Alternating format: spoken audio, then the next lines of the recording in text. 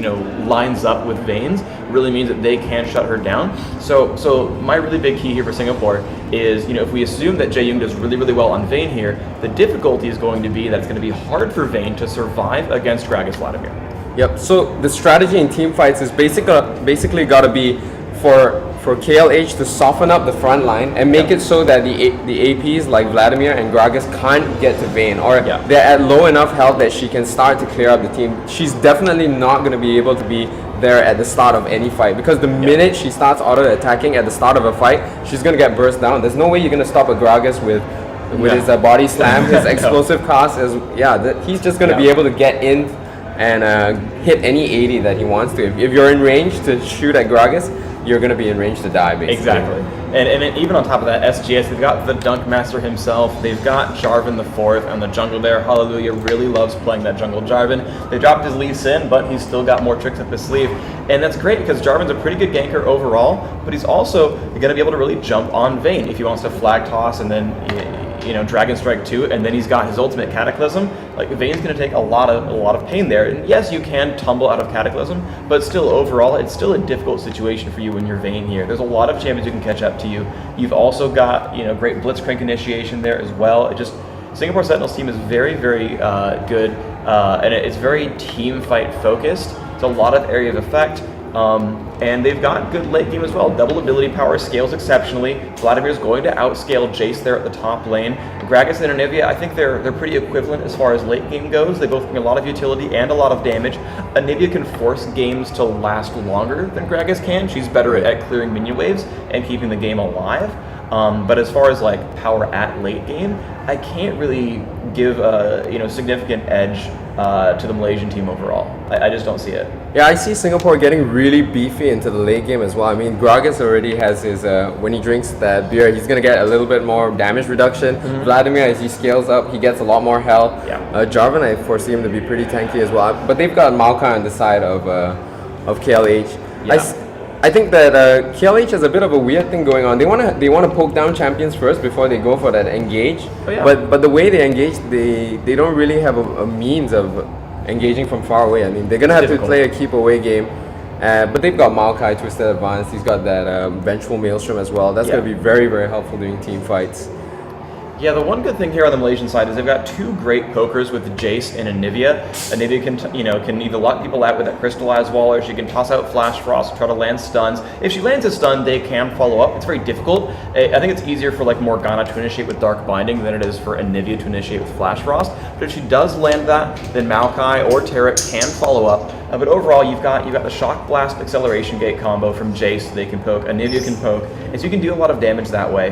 And Singapore, they don't have any healers on that team. They don't have a Sona or a Soraka or a Tarek. So their health bars, once they start going down, will in fact stay down. And so Malaysia can poke. If they get initiated upon, they've got Anivia walls, they've got Condemn from Vane, they've got a lot of stuns overall. Jace can Acceleration Gate out of there. So Malaysia's got this really cool we can poke and then back off lineup, which will work really, really well. They've even got a healer there on Tarek. So in a very sort of close mid-game scenario, really good sort of coordination by the KL Hunters is actually going to be pretty strong for them. It's hard to break into their team. Right. I think that they have a very hard team to break into, but the thing is whether or not they can pull it off, because they have the abilities, but whether pulling it off is not very easy. If you think about it, you've got to land the walls well, you've got to make sure that you use the Acceleration Gate at the right time. Whether you use it to poke or get away is going to be very important. So the execution of their team strategy is going to be pretty high level. And if you guys are wondering what we're doing in Champ Select for so long, there is a 3-minute delay for each of our games that are going to be played here. And we are going to be heading into game very soon. We just hit the 3-minute mark, and we are going to be heading into loading. So what are your predictions for this match? Who do you think is going to win this one? I mean, the favorites coming in was always sort of Singapore Sentinels. They've been one of the few teams to actually make it out of Southeast Asia and play international tournaments. They've done pretty reasonably there overall. They've got one of the best records in the GPL as well, the Garena Pro League, which has a lot of these teams facing off against each other. I mean, just straight up, their record is better than the Kuala Lumpur Hunters, and these guys have been playing around before in the past for many months. So if you look at past results, you do have to point to SGS as a good favorite here. But still, you've got very strong team compositions on both sides, and it's best of one, meaning anyone can take that over. So yeah, I give a slight edge to SGS, but it can absolutely go either way. Yeah, I think it's going to be a 60-40 in favor of SGS, but it's still going to be a very close match. I've seen the KL Hunters improve a huge amount over the course of the GPL, and that's one of the great things about them playing in the league every week. They've just been constantly getting better as time goes by. So we are going to see the teams moving out very quickly here. And boots and 3 pots seems to be the flavor of the month. It's been that way for quite some time. That mobility as well as the sustain from having the boots and the pots, very, very useful. Yeah, so we're going to move out. We just put our overlays up. Sorry about that. We're trying to get everything underway. It's the first game of the day for us, so we're getting a little bit more situated here. But there you go, up on the screen. Now, the one difficulty for you guys watching at home is the tags don't quite line up here. So you're seeing that Kuala Lumpur Hunters are actually wearing their country tag in-game, MY, Malaysia, their Malaysian team. But you know, they're going by their more specific region as their sort of team tag. That's Kuala Lumpur, and then Hunters being just the tag name right there. But overall, you know, it's still blue and purple. You guys can follow us more or less. It should be great overall. And right now you're seeing the Malaysian team open up pretty defensively right now. They're staying in their own jungle. They have a good invasion team overall. You know, Tarek, Maokai, Anivia, even Vayne, if she goes Condemn, is definitely a good early game start. Like, it's a very good invasion team overall. And you're seeing, actually, if you look over at what the Singaporean team's doing, is they're all just sort of watching the fog of war, right? They're watching and making sure that they're safe and comfortable here. They're watching all the invasion routes. They put a couple of early wards down. You just saw Vladimir recall back, but he's got a ward there at his own invasion side. And so, you know, Singapore is like, yeah, you know, I don't want to get invaded on. But Malaysia's like, actually, you know, they're okay. They're actually going to wait around a little bit. Right, so. I think that they were kind of afraid about Maokai, because if he starts off with those saplings, he's kind of vulnerable to people popping by and luring the saplings away, and that will slow down his starting jungle a bit. And I think because of that, Malaysia decided to be very, very safe there. On the other hand, Singapore noticed that they have pretty strong invasion, so I think that's why they decided to split up, make sure that nothing funny was going on. Jarvan is going to start at the blue buff. That's pretty conventional for him. Yeah, he got the wolves with help from his team overall, and you know, Darkness.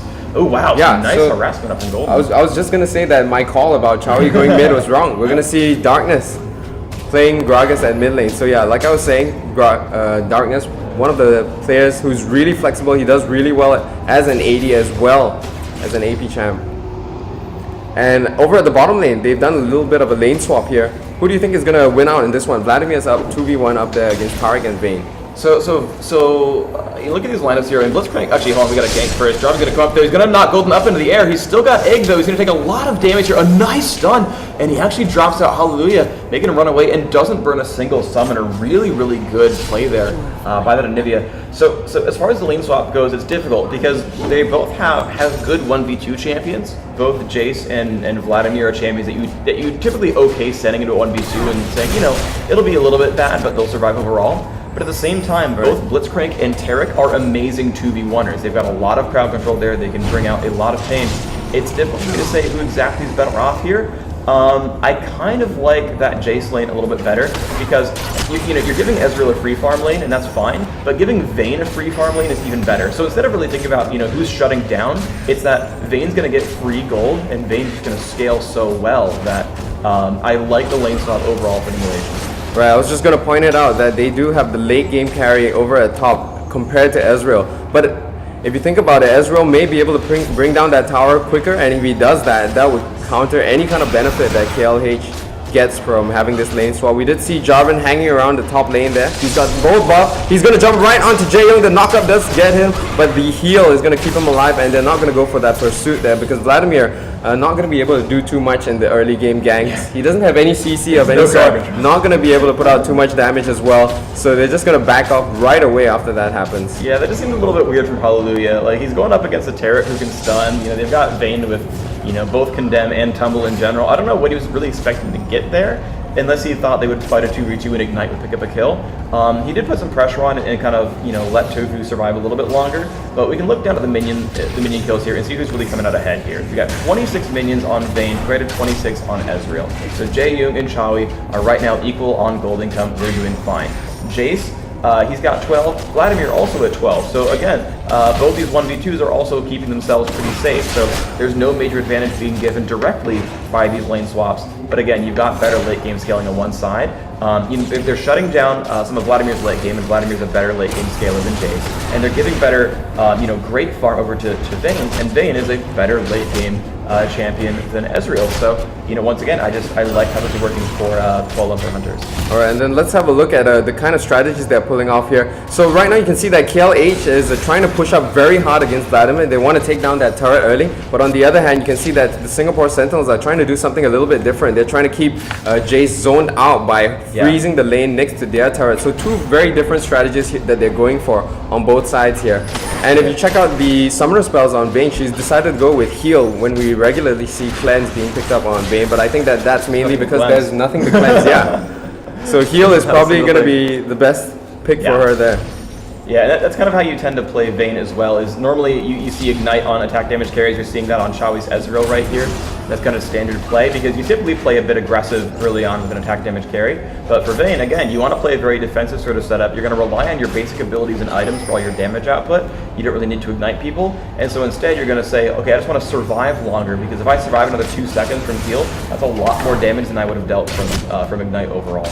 But I like the decision, though, that the Jace player made here, Monkeys, is he knows he's zoned out, and he's been constantly going to his own double golden camp every minute when it respawns and clearing that out for gold income. So you're going to see him not get a lot of minion kills overall. You can see it's now 17 to 21.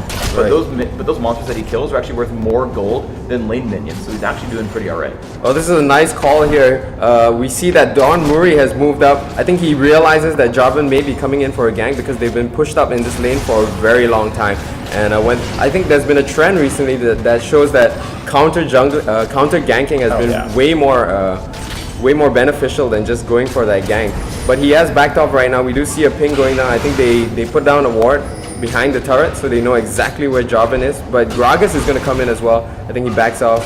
The team must have informed him that there are some waiting wards around. there. I don't know what he's doing. Yeah, it's not really productive for him to be just hanging around here. He's trying to decide whether or not to go for that.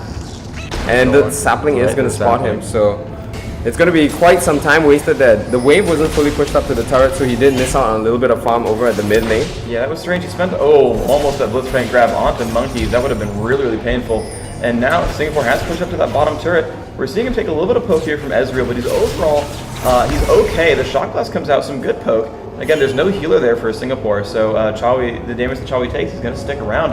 But there's one big lane mismatch we haven't called out just yet, and it's Darkness against Golden in the mid. They started out equal, but now check out the minion kills. It's 53 to 34 right now. There is so much gold on Singapore's advantage. Actually, 700 gold right now, but a gank coming on there. They've got a great wall. There's so much damage being dealt. Oh, they're really getting dropped out. First blood going to Malaysia now, and they're still in for this fight. Tofu getting chunked down. He actually picked up the kill onto Maokai. He's going to flash out, and looks like he'll be safe as a result. And the Ezreal ult is going to come up here. I don't think that it is going to hit anyone. Jae Young there might get grazed by it, but it is going to fly right past him. I think they wanted to go for the invade there. We saw Hallelujah moving into enemy territory, trying to pick up the blue buff, but I feel the rest of the team wasn't quite ready to support him for that one. And of course, the great thing about running the AD carry and support over at top lane is going to mean that you get the numbers advantage. Exactly. They have 4v3. Like, there's no way they're going to lose that fight overall. And they did try for the steal, though. You were seeing Gragas push the lane down. Darkness was trying to shove the minions,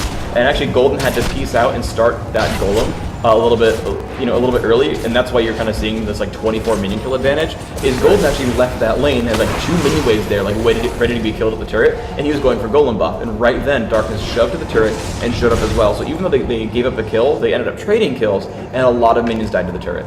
Oh, and Tofu Boy there just managing barely to keep his turret alive. That's really going to be important for them. Equivocal here just tanking all of that damage from Jace. They want to get that turret down before KLH manages to take down the turret at top. You can see it on the goal score right now, 10.4k for the Singapore Sentinels compared to 9.8 for the KL Hunters. I think Singapore here leading mainly because of the fact that they've been farming better in the lanes, especially in mid lane. Oh, they've absolutely been farming better. Vayne having to show up for that fight earlier, recalling back, and I think just Chawi's excellent, mechanical precision.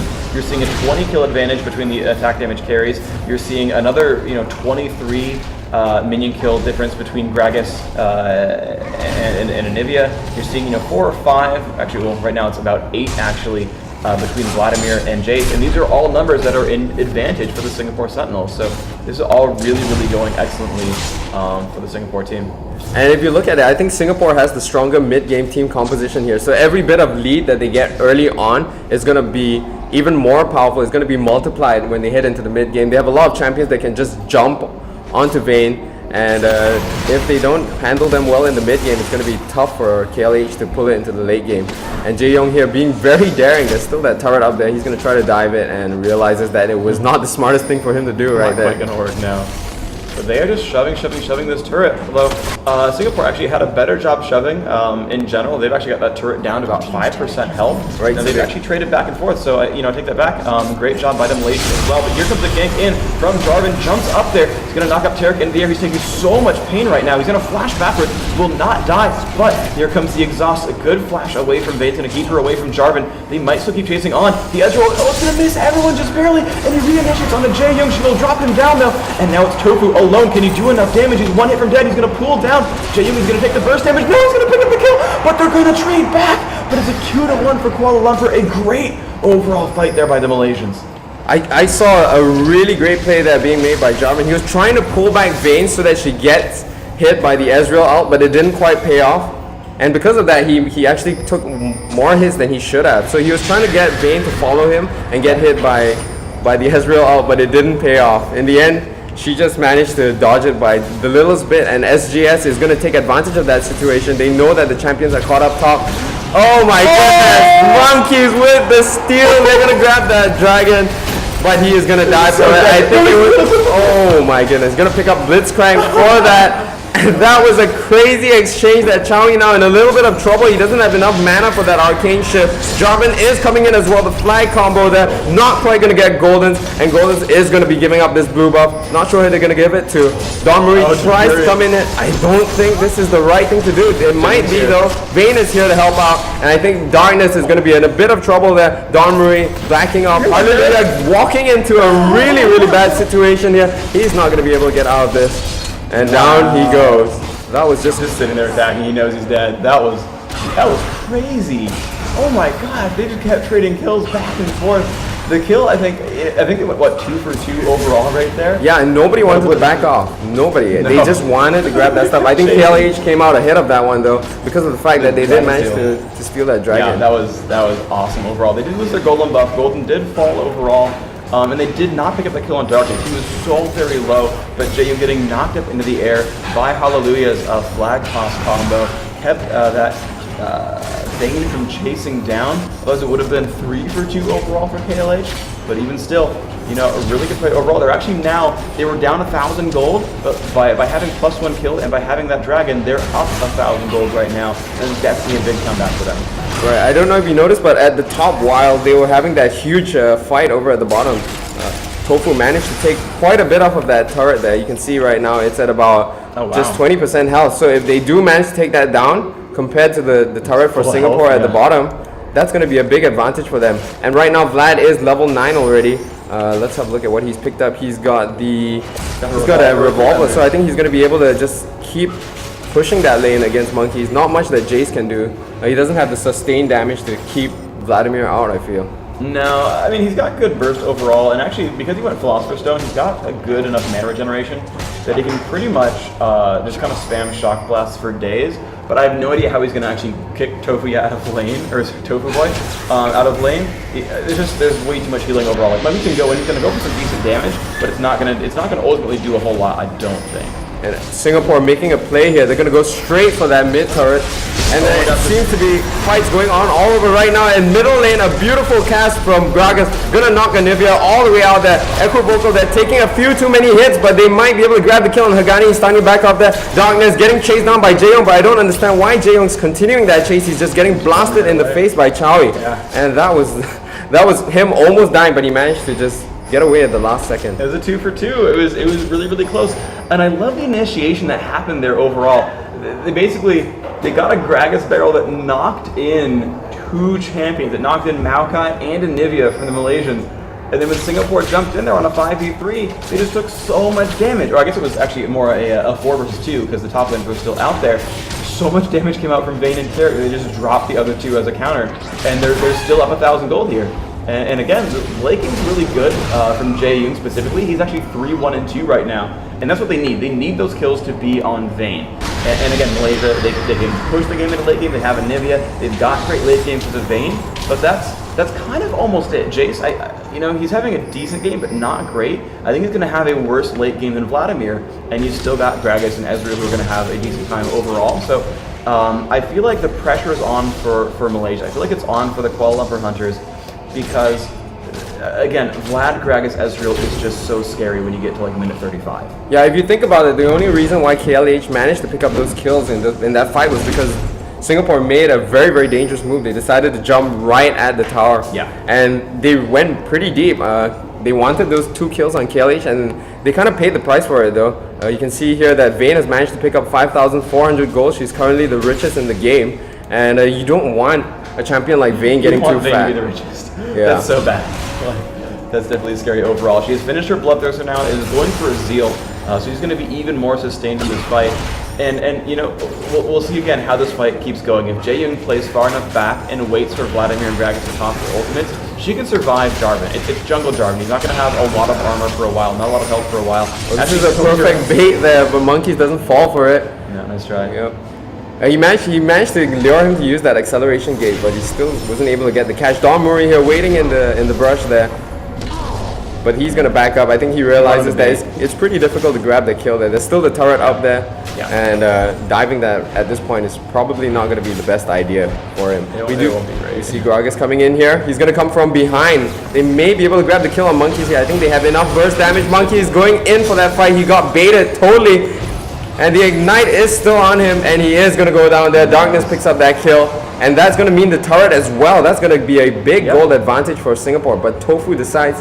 No, he almost went one to back up. To kill the turret. Yeah. And, you know, normally it's a smart choice saying, you know, I'm really, really low, I don't want to get dived. Actually, at the bottom of some aggression, Chowie taking a bit of pain. He had to just burn Flash, I think, for that. So they're going to actually equalize on turrets. These Malaysians playing very, very aggressively. You know, they're about to lose their top lane, they're going to push bottom. They've been trading turrets back and forth, and yet there's that turret trade. So it's 2 for 2.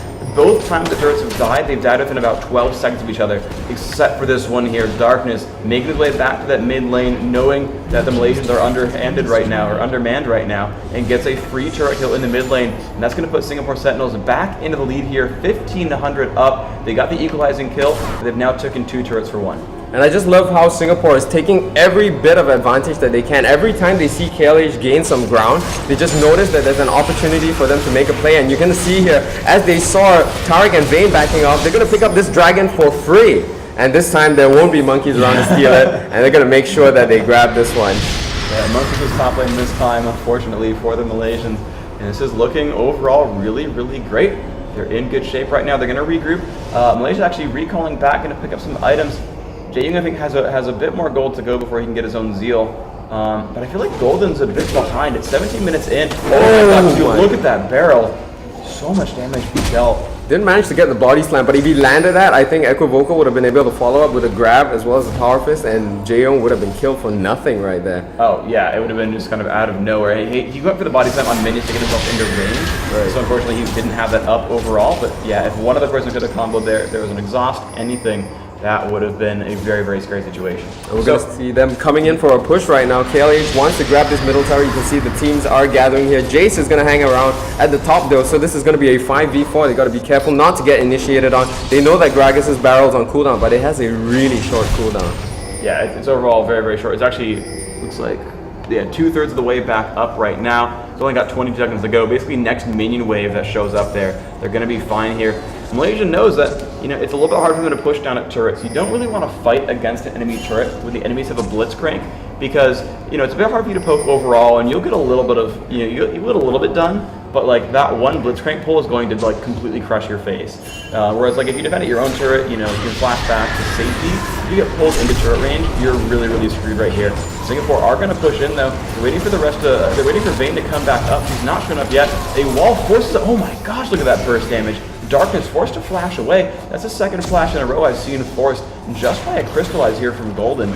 So, you know, that's actually working really, really well for them in fights. He's already finished his Rod of Ages, so he's going to be, you know, in decent shape overall as far as damage output and mana goes.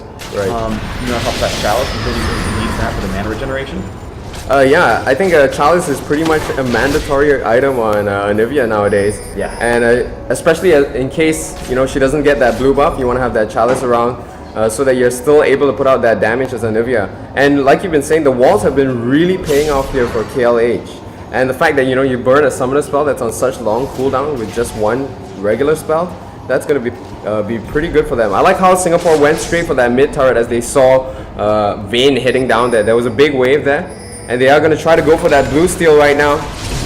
Yeah, and this is just great. Oh, of course, they Blitzcrank pull it, so that's going to be theirs. And actually, it was a Chawi, I think he picked that up on Ezreal. So he's going to be all kinds of pokey. And at the beginning, I thought, you know, the Malaysian team had really, really good poke overall. They've got Jace, they've got Nivea. But now you've got a Golem buff Ezreal. You've got Blitzcrank and Jarvan, which they don't really sound like pokers overall, but ultimately they kind of are, actually. You just poke with those hooks, and if you land one, you get a kill. You know, but Gragas, Ezreal, on top of those two I just mentioned, Singapore with a golem buff advantage, they're in really, really good shape here. It's going to go very well for them overall, and I actually think this is a very good situation for them right here. I think they should keep pushing overall, and I think they're going to be happy to do so. And there, that's going to hurt for Don Marie. Force the flash out of there, and Jarvan jumps right in because he knows that he's burnt that flash. Hagani now getting caught in the middle of the team. It is right now 2 for 1 with Hallelujah going down, and Tofu is really low there, but he's going to be able to back out of the fight. Yeah, the Fabulous Pull. Monkey's in big trouble here, trying to deal as much damage before he goes down. Darkness, they're getting low as well, and Jaeyoung getting a little bit overzealous again. He's always trying to get that kill, but the rest of his team has been taken out, so it's a 2v4, not the best time for you to head back in there. Yeah, he was forced to burn Flash Heal right there, or, you know, Flash and Heal both, and now they're going to move in. Singapore, they're looking for this inhibitor right now, and they've got, you know, they've got Terrace back, Maokai's alive, they've got 50 seconds without Jace, his turret's going to go down, and they are going to back off. Okay, low on health, 4 on 4, you don't want to stay in the enemy base when that happens. If you get 8, you give away Baron. So Singapore are going to back off for now, but they've secured a very big advantage here. They've got 5,000 gold in the, you know, to their credit, in the lead right now. They've got 2 kills up. They've got 3 turrets up. There's an exposed inhibitor in the mid lane. Now they could push bottom or top and try to expose something else, or they could try to bait Baron, or they could just kind of shove up the gut mid lane. If I were Singapore, I would heal back up, buy some items, make sure that Baron is warded, and it is. They put some wards down to make sure that happens. Right. And you know, buy up and re-aggress right now. They've won the last few fights very, very well, even having to push down turrets to do so. But now they can push that middle inhibitor without a turret. I don't see how Malaysia's going to defend this. There's just been no way for Vayne to keep up that damage. She's fat right now. I mean, if you check out her items, she's managed to pick up the Bloodthirster as well as the Zeal. But the problem is, you've got those items, but you just can't get in there to deal that damage. And the thing right now is that I feel like Blitzcrank, he's not a poke specialist, but he's like anti-poke, because every time you go in to poke at SGS, you stand the risk of getting grabbed there. Yep, and he's landed them very, very well so far. I don't think we saw any of them in the laning phase. I think Jace was safe the whole time through, but we just saw 2 in a row, both of them resulting in kills in that last fight. He got them 2 of the kills, right? He got Maokai to die before he could really ult and keep his team alive, and that's actually one of the big keys here for Malaysia's lineup, is they need, because they're fighting against full area of effect team from Singapore. Again, they need that ultimate to go down. He's going to initiate back there. Oh, he's taking a lot of pain, but look at that. Already dead. It's going to be one of them. Can they fire back? Jake, no. Vayne's going to get pushed away. 2 kills now for Singapore. 3 kills for Singapore. It's going to be a 5 on 2 now. They're going to keep chasing. Another pull goes off. That's 4 for nothing. Look at them push on in. This could be it for Singapore right now. Yep, they're gonna lose that inhibitor for sure right now. And I'm just gonna take a second to turn on our colorblind mode so that our colorblind viewers can enjoy the game as well. Here comes the inhibitor. It will go down. Not sure what they're gonna do after that. I think they should be able to take down the Baron. There is a ward down there, but they have about, I think it's gonna be a little bit risky for them to go there. They could go for a bait. I think the best thing they could do is just hang around that area and make KLH think that they're going to pick it up and just engage on them. But it seems like they're going to go straight for the Baron. Hallelujah is a little bit low on health. We do have that pink ward to remove any kind of vision that KLH has. That KLH is just going to rush straight for it. You can see Don Marie leading the charge, but I don't think he's going to be able to reach that in time. Baron is going to go down here. It's pretty low overall, and they have picked it up before they've even arrived. The wall goes down. It's going to be a defensive wall, though. Don Marie's going to get caught up alone. Will they get the pull? They're not going to go for it. Okay, they're going to play safe here. Yeah, absolutely a free Baron there by Singapore. you know, they swept the wards down and they had enough damage out. But I was surprised too. I thought, you know, baiting might be the best choice there. But they really just chunked that thing down so incredibly quickly. And they've really given themselves a very big lead here in this game. 8,000 gold. They've got 6 kills. They've got a dead inhibitor in the mid lane. It's looking very, very good for the Sentinels. And I think that's why they're the pro players and not as good as shoutcasters, because they knew exactly how much damage they could put out on that Baron. I mean, even I didn't expect them to be able to down that fast. I didn't think that Ezreal would be able to put out that much damage. And you're going to see that Chowie decided to play it safe after they finished that Baron. He doesn't want to engage. He is, after all, the AD carry. And right now, there's not much that KLH can do. They're going to want to turtle. They do have Anivia on their team, so turtling is a viable thing for them. Yep. Yeah, they can try to bring it out, but overall, again, you know, the long-range initiation from Singapore, it's the long-range initiation that Malaysia lacks right here. The Hunters, you know, again, all they can really rely on is Flash Frost from Anivia as their only initiation outside of like 625 range. It's very, very difficult to actually land that and then follow up. But for Singapore, you know, they can either, you know, Black Toss Dragon Strike and then actually Cataclysm for like a 1200 range initiation. Right. They can go for Rocket Grab, those are over 1,000 range. They can poach from over 1,000 range. And in fact, they land one very explosive pass, which again has a ton of range as well. Oh, that was really close. And the problem is they don't have enough of a tanky lineup on KLH to kind of pressure people from not coming and jumping into the team. And that just allows SGS to jump right in on them without fear of any kind of a counter attack, basically. Well, yeah, compare Maokai to Jarvan right here, you know, just by how well the team is playing, right? They both have enough double gold for 10, they both got boots, but one's got an Aegis and a Giant Spell, one's trying to finish Aegis. So there's like an 1,800 gold difference just in current items, not even counting what you got in the bank, not even counting levels. There's just like a 700 health difference plus resist between those two main tanks right there. And yeah, you're happy to just pull Maokai and kill him. He's not had a good enough game, right? 0-4 and 5. He's got 5 assists. He's ganked well for his team. He's been in 5 of his team's 8 kills. But he's not been able to farm very well. Only 53 minions, you know, no kills, not any more assists than that. And he's just kind of poor. He's not got a lot of money. Singapore can just jump in. Darkness going in for that initiation. He just does throw that explosive top. Doesn't manage to grab somebody that he wants. Chowie gets really low there, forced to use his arcane shift to get out of there. But it looks like Singapore will come out ahead of this fight. Monkey tried to go in for Chowie, but he just dug himself a very deep grave there. Darkness gonna jump in on Jaeyoung, but Jaeyoung flashes out of there, manages to get away. Oh, he's gonna kill him. He's in a 1v2 right now. Jaeyoung could try to go in as he pick up a triple kill. He alone has kept his team alive so far, but Chowie's going to land some poke, and good luck killing Tofu. It's Vladimir, man. He's going to just pull away. He's trying to life steal with that Bloodthirster, but Chowie just going for that turret right now. This is very, very dangerous. Jaeyoung should not go in this aggressively. He's getting dropped lower than he's life stealing every time this happens. Well, I think he's going to die here. Chowie goes straight in for him. Nice move overall. Tofu helping out as well with some damage. And they're going to get their second inhibitor now of this match. The first one's going to respawn before too long, but they're still forced back into their base. It's still 19-11. They still won that fight 5-3. Yeah, that was a very, very great move from Singapore. They're leading way, way ahead right now. You can see at the top the goal is 47-36, so that's an 11,000 goal lead for Singapore. They've got 8 turrets down. They've got 2 inhibitors as well, and I think they're just going to come back straight down the middle, grab that inhibitor as it responds, and finish off the game. KLH right now, they just can't seem to hold the base. They look like they had a great composition for defending the base, but they just have not been able to hold it. You can see that when the two teams were just poking at each other, Singapore was chipping away at KL, while KLH wasn't able to put out any damage at all on Singapore. Yeah, I mean, they're just able to just like do a lot at the beginning. They're so burst heavy, more so than the Malaysian team overall. Right? You know, Gragas, Vladimir, Ezreal, Jarvan, all of them going to hit you right at the beginning of a fight and deal a whole lot of damage to you.